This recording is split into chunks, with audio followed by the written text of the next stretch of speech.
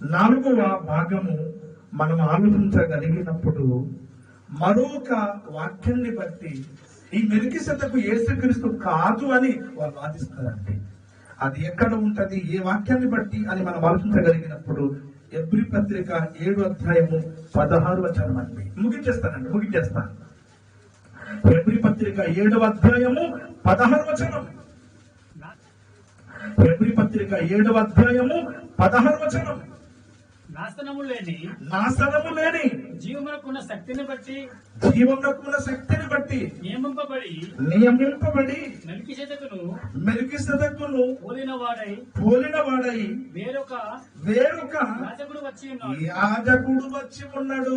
ఇదిగోండి, ఈ వాక్యాన్ని అపార్థం చేసుకున్నారండి. మెల్కీసెదెకు యేసుక్రీస్తు కాదు. ఇక్కడ ఏమి రాయబడింది? వేరొక యాజకుడు వచ్చి ఉన్నాడు. ఏమైనా రాయబడి చెప్పండి? వేరొక యాజకుడు వచ్చి ఉన్నాడు. ఎందుకంటే బైబిల్లో మన దినంలో మనం ఏం నేర్చుకున్నాము?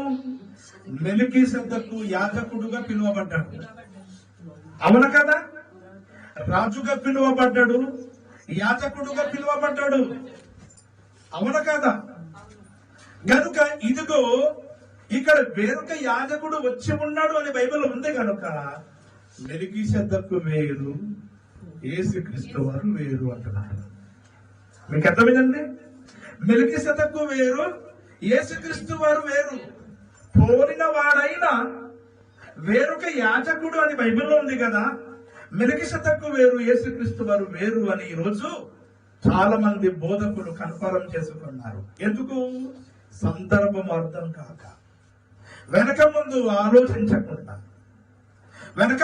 ఆలోచించకుండా మనము కాలు వేసామనుకోండి, ఆ కాలు ఎక్కడ వేస్తామట? ఎక్కడ వేస్తాం కాలు? పప్పులు కాళ్ళు వేస్తామట. మన పెద్దలు చెప్తారు కదా, వెనక ముందు ఆలోచించుకొని పప్పులు కాలు వెయ్యొద్దు అంటారు. బైబిల్ చదివేటప్పుడు వెనక ముందు ఆలోచించకుండా నీవు చదవవద్దు. వెనక ముందు ఆలోచించకుండా మాట్లాడవద్దు. కాలు జారిపోద్ది, కాలు పప్పులు వేసేస్తావు.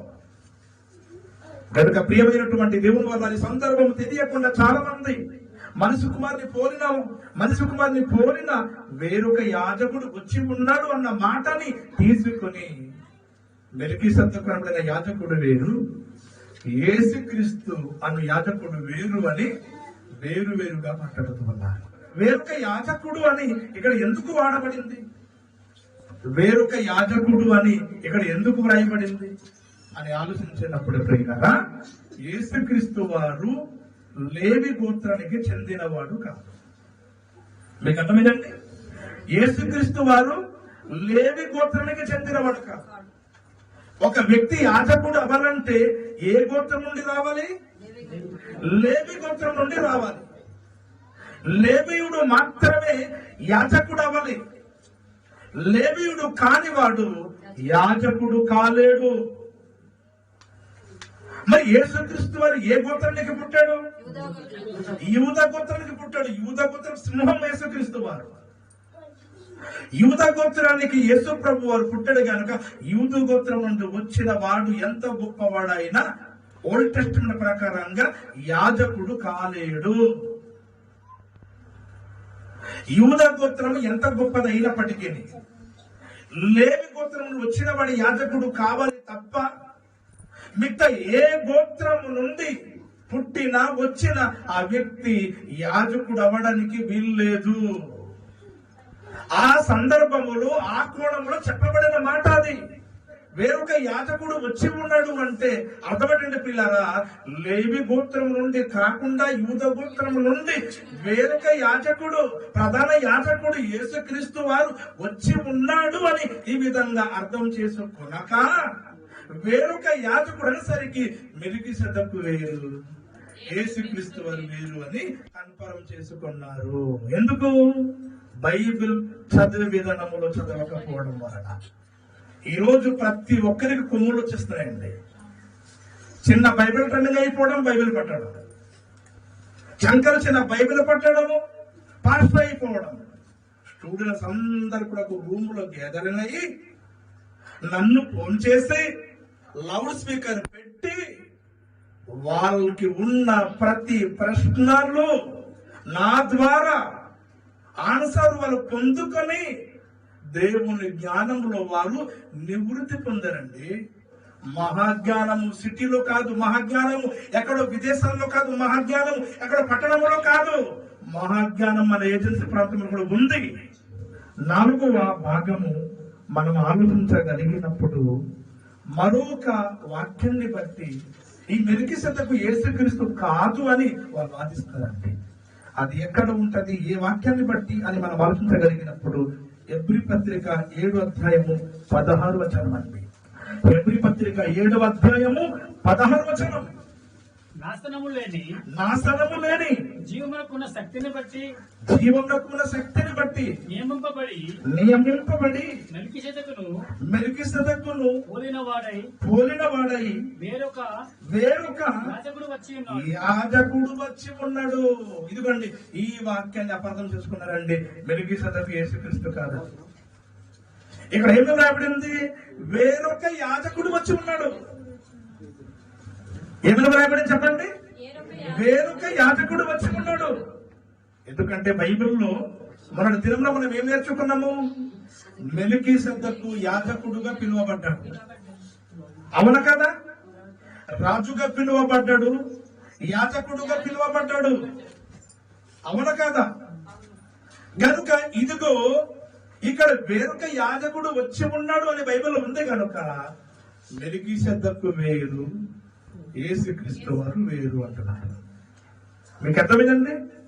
మెల్కీసెదెకు వేరు, యేసుక్రీస్తు వారు వేరు. పోలిన వాడైన వేరొక యాజకుడు అని బైబిల్లో ఉంది కదా. మెల్కీసెదెకు వేరు, యేసుక్రీస్తు వారు వేరు అని ఈరోజు చాలా మంది బోధకులు కన్ఫర్మ్ చేసుకున్నారు. ఎందుకు? సందర్భం అర్థం కాక, వెనక ముందు ఆలోచించకుండా మనము కాలు వేసామనుకోండి, ఆ కాలు ఎక్కడ వేస్తామట? ఎక్కడ వేస్తాం కాలు? పప్పులు కాలు వేస్తామట.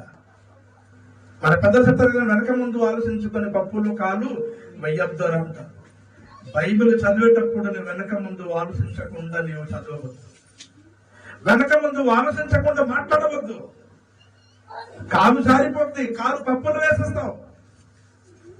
కనుక ప్రియమైనటువంటి దేవుని వల్ల ఈ సందర్భం తెలియకుండా చాలా మంది మనిషి కుమార్ని పోలిన వేరొక యాజకుడు వచ్చి ఉన్నాడు అన్న మాటని తీసుకుని మెల్కీసెదెకు అనబడిన యాజకుడు వేరు, యేసుక్రీస్తు అను యాజకుడు వేరు అని వేరుగా మాట్లాడుతూ ఉన్నారు. వేరొక యాజకుడు అని ఇక్కడ ఎందుకు వాడబడింది? వేరొక యాజకుడు అని ఇక్కడ ఎందుకు వ్రాయబడింది అని ఆలోచించినప్పుడు ప్రియులారా, యేసుక్రీస్తు వారు లేవి గోత్రానికి చెందినవాడు కాదు. మీకు అర్థమైందండి? యేసుక్రీస్తు వారు లేవి గోత్రానికి చెందినవాడు కాదు. ఒక వ్యక్తి యాజకుడు అవ్వాలంటే ఏ గోత్రం నుండి రావాలి? లేవి గోత్రం నుండి రావాలి. లేవీయుడు మాత్రమే యాజకుడు అవ్వాలి. లేవీయుడు కానివాడు యాజకుడు కాలేడు. మరి యేసుక్రీస్తు వారు ఏ గోత్రానికి పుట్టాడు? యూదా గోత్రానికి పుట్టాడు. యూదా గోత్రం సింహం యేసుక్రీస్తు వారు. యూదా గోత్రానికి యేసు ప్రభు వారు పుట్టాడు కనుక యూదు గోత్రం నుండి వచ్చిన వాడు ఎంత గొప్పవాడైనా ఓల్డ్ టెస్టమెంట్ ప్రకారంగా యాజకుడు కాలేడు. యూదా గోత్రం ఎంత గొప్పది అయినప్పటికీ లేవి గోత్రం నుండి వచ్చిన వాడి యాజకుడు కావాలి తప్ప మిగతా ఏ గోత్రం నుండి వచ్చిన ఆ వ్యక్తి యాజకుడు అవ్వడానికి వీల్లేదు. ఆ సందర్భములో ఆ కోణంలో చెప్పబడిన మాట అది. వేరొక యాజకుడు వచ్చి ఉన్నాడు అంటే అర్థమేంటి పిల్లారా? లేవి గోత్రం నుండి కాకుండా యూద గోత్రం నుండి వేరొక యాజకుడు, ప్రధాన యాజకుడు యేసుక్రీస్తు వారు వచ్చి ఉన్నాడు అని ఈ విధంగా అర్థం చేసుకొనక వేరొక యాజకుడు అనేసరికి మెల్కీసెదెకు వేరు, యేసుక్రీస్తు వారు వేరు అని